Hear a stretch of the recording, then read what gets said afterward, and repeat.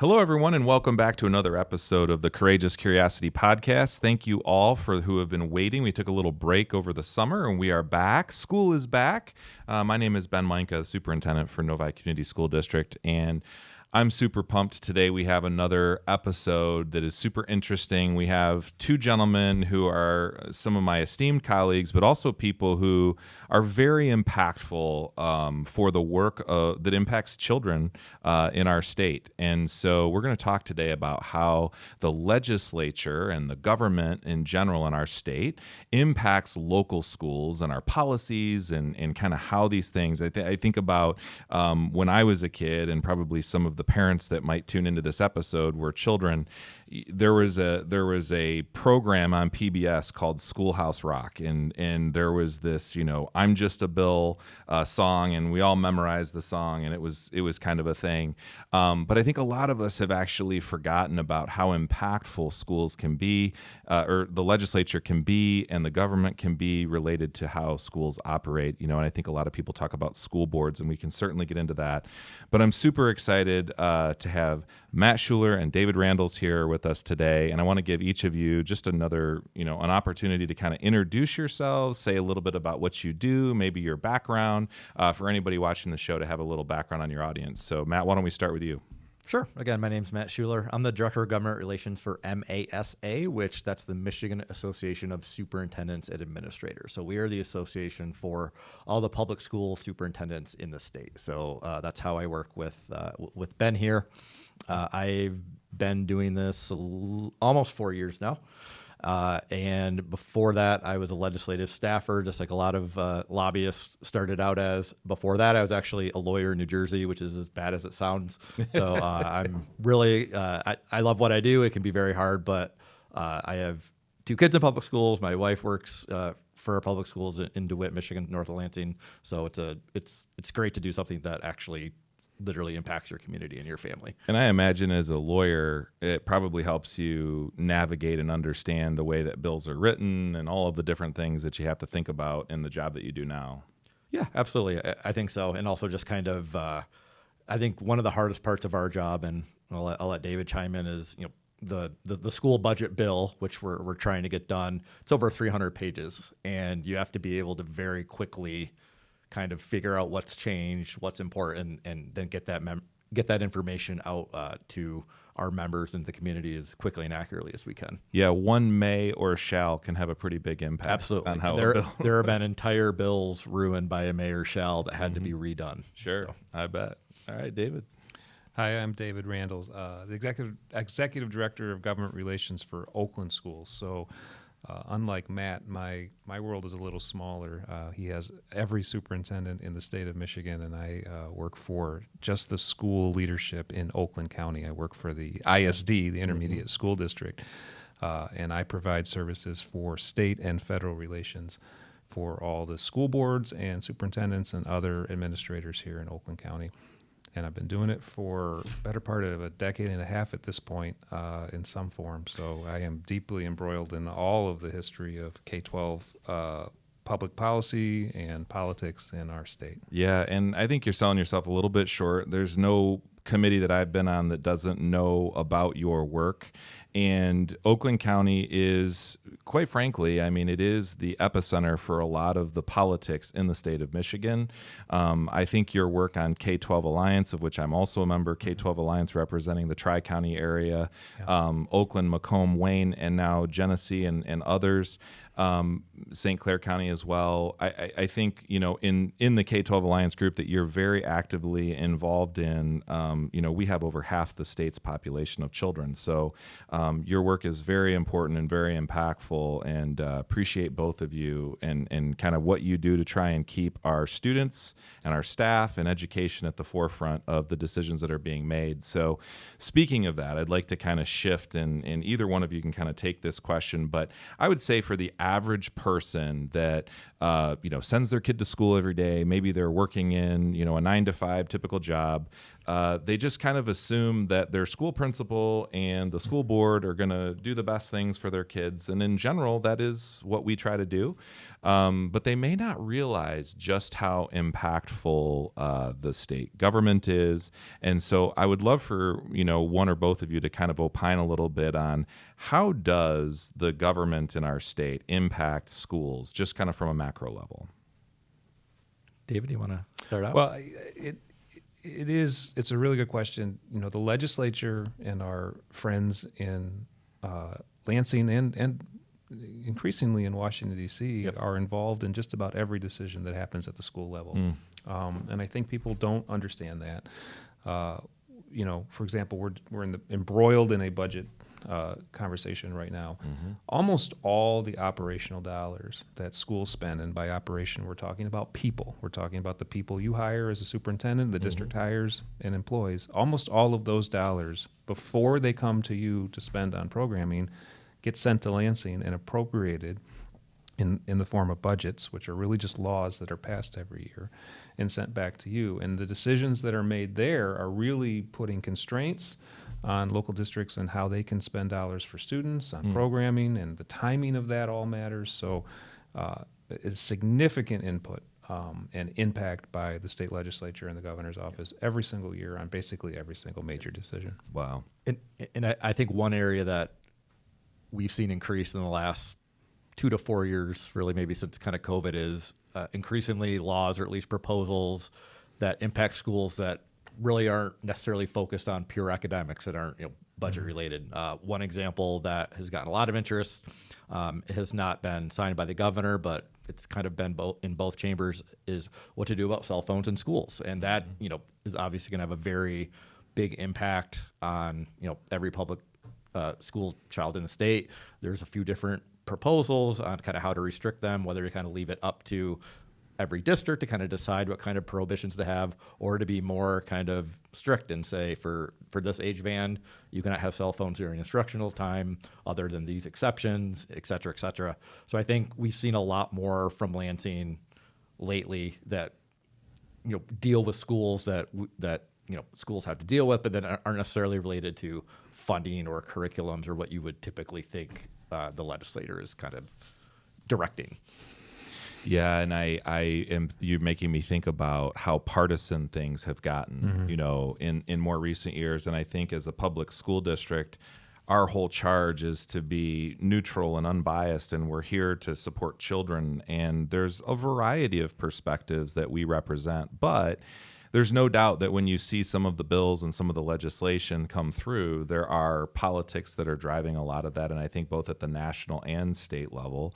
But in order for these legislators to make decisions, or even members in the governor's cabinet, you have to be informed somehow, and I think that's where people like you come in. So what do you do to be aware of the issues? I know that both of you are incredibly skilled at what you do, but you're not educators by trade, yet you talk about education all the time. So how do you become aware of what we as superintendents or teachers at the local level, how do you know what the educators are really asking for, and make yourself prepared to speak on those issues?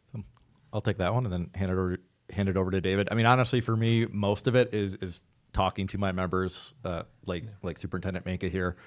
We, MASA, we have a monthly legislative committee that has superintendents from around the state that give me guidance on kind of positions on bills. And I take that as an opportunity to just really try and learn about what is happening on the ground. So I think for me, it's really as simple and as complicated as just trying to get to know what my members are really dealing with, how they're thinking. Obviously, there's just the basic reading a bill, and that's just something you kind of learn the longer you're in Lansing, also just kind of learning where other stakeholders might be.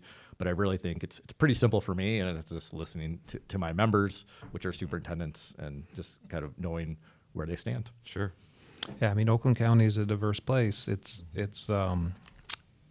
not islands. We don't have islands with schools on them. But other than that, basically every other type of school in the state of Michigan you can find in Oakland County, from urban to suburban to even rural. So when we sit down and talk, and you're on the legislative committee for the Superintendents Association in this county, we talk through how the impacts of any particular public policy conversation is going to play out in the classrooms of all those different types of schools. And we can come to Matt and we can come to our legislators and say, this doesn't work in Oakland County because it doesn't work for this particular type of school, or this does work for Oakland County, and have a great sense that that kind of translates at scale across the state in almost every kind of classroom and every kind of school district in the state.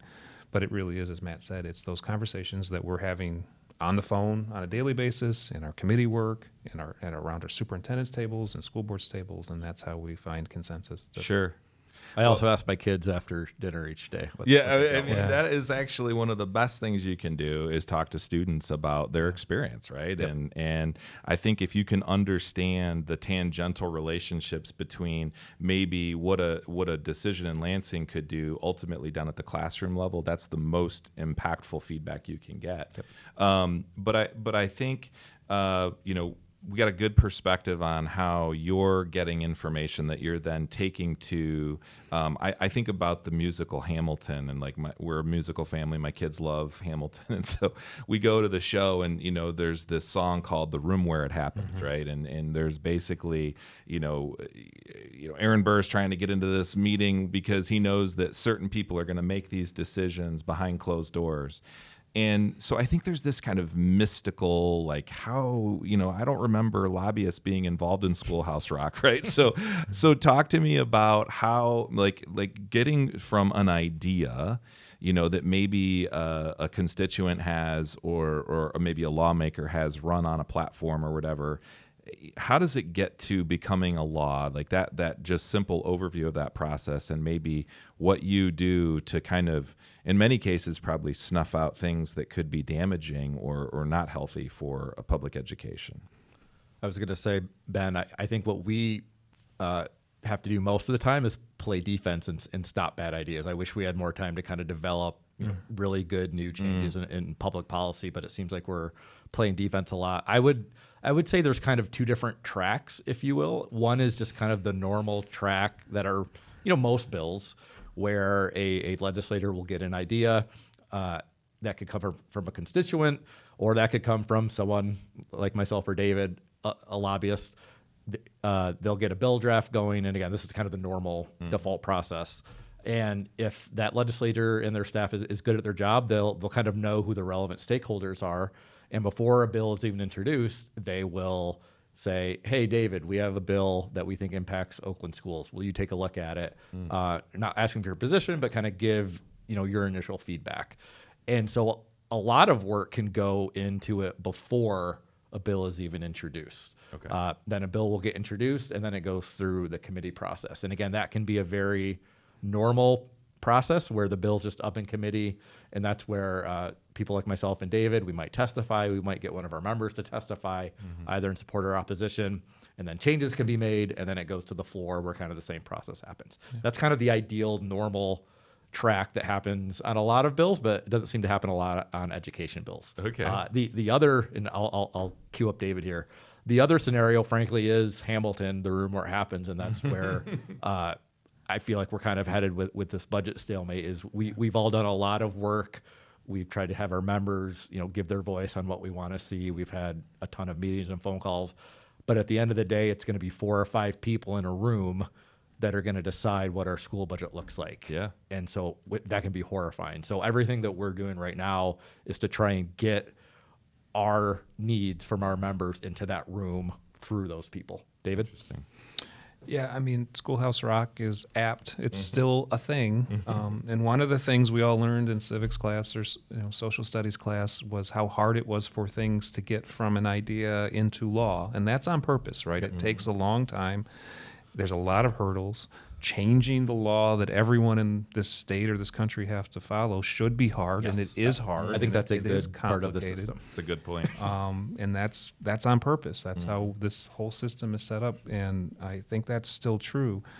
I think what is unfortunate and as historical as you pointed out, going back 250 years worth of this, is that often how this gets handled is special interest groups who care about one very specific thing can kind of shape a conversation that only a very few people get to have. And that is not how any of us want to see good public policy made, is secret rooms, smoky rooms with politicians who aren't really showing you transparently what it's up to. So I would suggest, and this still happens, right? The relationships that individual constituents have with their legislators still matter. Yep.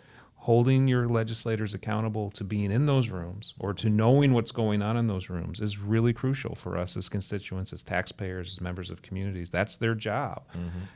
Too often we allow them to say, well, I'm not on that committee, so I don't know. Or that's a negotiation that's happening between the governor and the speaker, so I'm not a part of that. It's an unacceptable answer for us because they're all sent on our behalf in a democratic republic to respond to our needs and to have our backs and to tell us what's going on and to not keep secrets. All of these things happen far too frequently in our system, and we should probably spend more time as constituents making sure that they're not. On the flip side of that, the good side is a lot of bills don't come from lobbyists. They come from individual people who call and say, hey, this problem is happening in my neighborhood. I could really use a hand with this. And they get fixed through legislative changes. So that still happens. Too often, though, it's controlled by a very few select special interests, and that's generally to the detriment of the folks that we work with every day, the families and communities that we work with. And I think one factor in that, I mean, I'm not that old, but I remember hearing from older people before kind of Michigan enacted very, very strict term limits. I think that process was better and more open and transparent because you had legislators that, for better or worse, were around a lot longer. But now the turnover, especially in the House, is so quick that I think it's easier for them to just kind of, as David said, kind of punt it to their leadership and say, well, I'm not in the room. I don't know anything, which, as David said, is not acceptable. That's a good point, too, because, and I think that the answer that David was describing from a lot of our representatives or senators is that, you know what, I support schools. I'm very frustrated. I'm not in the room. I do think that I've heard that from a number of the members of both the House and the Senate. And I think what we're basically saying is we don't accept that. We need you to get into the room, right? We need you to be the adult and say, I'm not going to support something if we're not going to be transparent about what it is. I think that most everyone would agree that that would be, a much better system.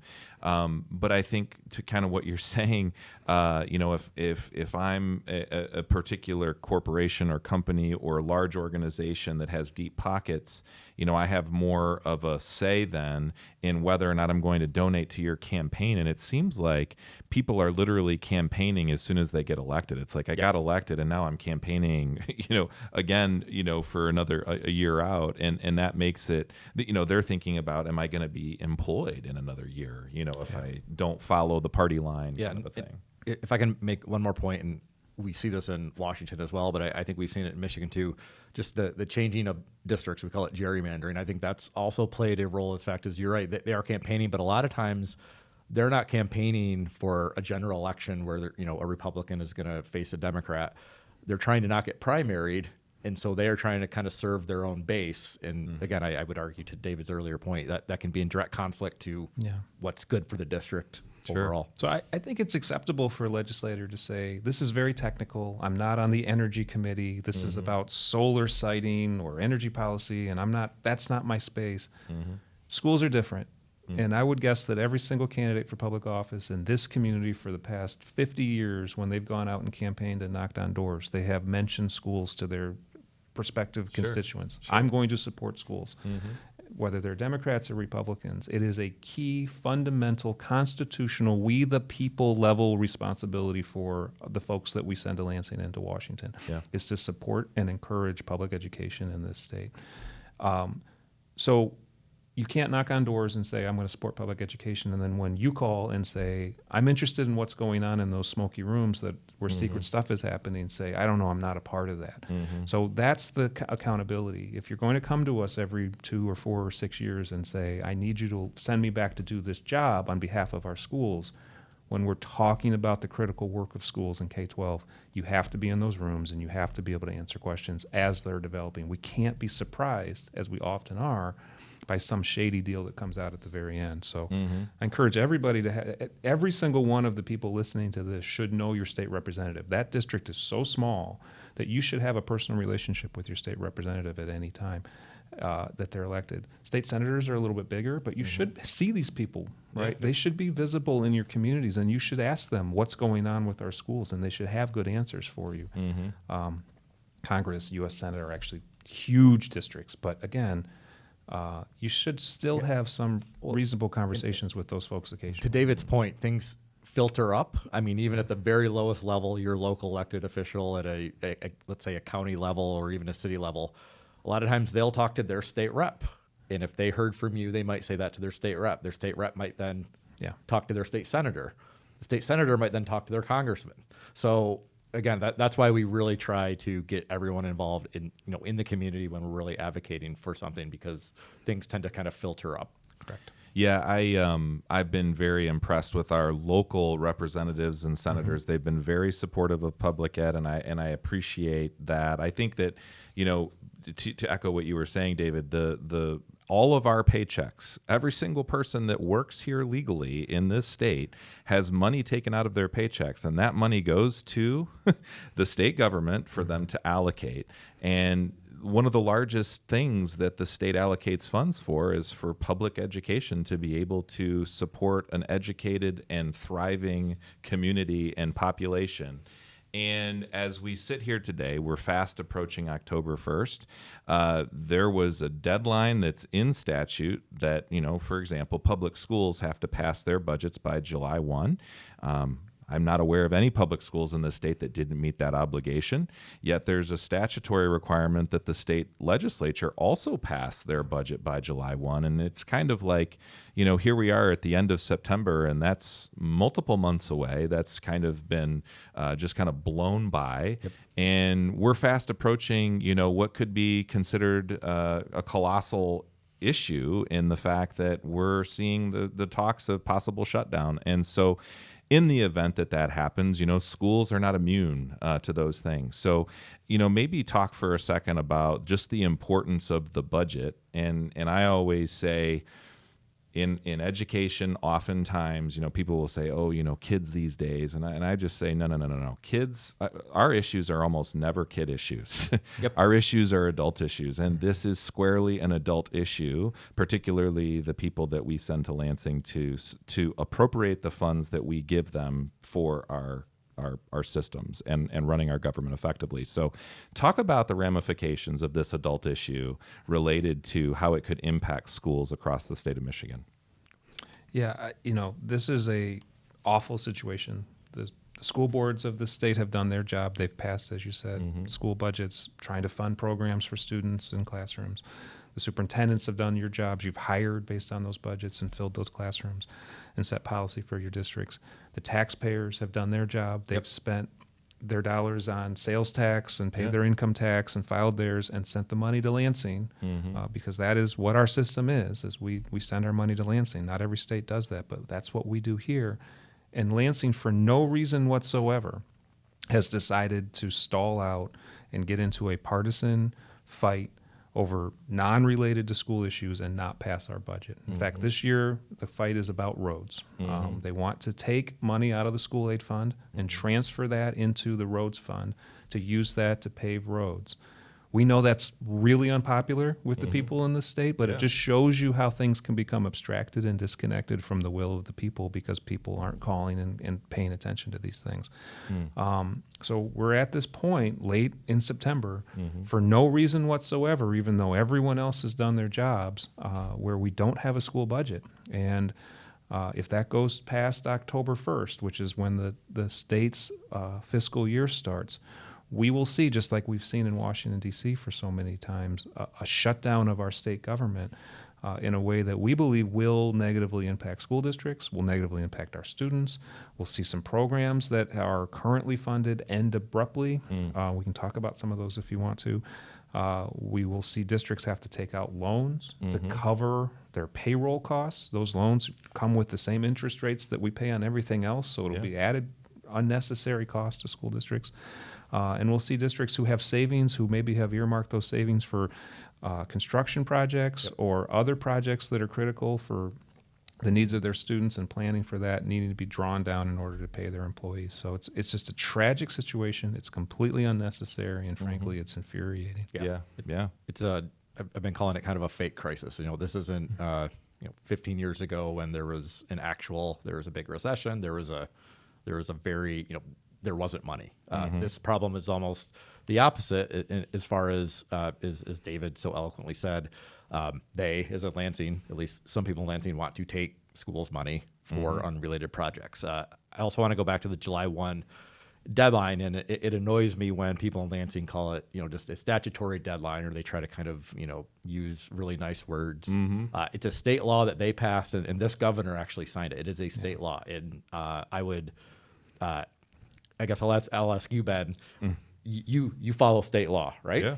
Yeah. There's no question, and so it's very frustrating, as David said, that they've just kind of blown by that, and they haven't really given a reason. I would also add that yes, there's split government. We've had split government a lot, absolutely, in Lansing, and it's never been, well, I won't say never, but it's rarely, turned into this. And again, it's for no good reason. Right. It's very, very frustrating. Yeah, I actually love split government. I think that that's a better representation of our population. I mean, we are not a homogenous society, and I think that split government's a good thing, and because it requires them to come to the table and actually debate their ideas. The issue here, though, is that in this current situation, money's already been allocated. The money's sitting there. It's not like there's been some event where all of a sudden we don't have money. Exactly. It's just they need to appropriate said funds. And I think, to your point, that's why this is so frustrating. So if we were to think about, as we wrap up here, what would be the one or two pieces of advice or one piece of advice that you would leave anybody that's a citizen of this state on how they can get involved? And again, we're hopeful that the work that you're doing, and we're so appreciative that our legislators will come together, they will get in a room, and they will get something done. That's certainly what we're continuing to implore them to do. But I also think about, moving beyond this. How can we as a society, as a community, become more aware and involved in some of these things and influence them in a very positive way by making our voices heard? What are some, maybe one or two things you'd like to leave someone watching the show with? It's going to be kind of a boring response, but I think people might not think this does have an impact. But honestly, despite what we said about secret rooms and all of that, just good old-fashioned talking to your elected officials, talking to their offices, it really does matter. It might not seem like it. Sure. Might matter. They might not even give you a response, but I guarantee you, again, if they're a good legislative staff, a good office, they are keeping track. They are talking to their boss. And again, it's an easy answer. And I know everyone is very busy with their own lives, but as you can see, especially right now, I mean, it's really important. So just talking to your local official. And again, I think it's from the bottom up. Anyone that represents you, I think, just talk to them and don't let up.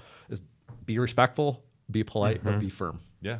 Great. Yeah, same answer. I mean, it's amazing when you actually go through and you map out how many people represent you somewhere in this big thing we call government, which is just all of us working together to get things done, from your township or county to sometimes there's library boards. There's certainly school boards, right?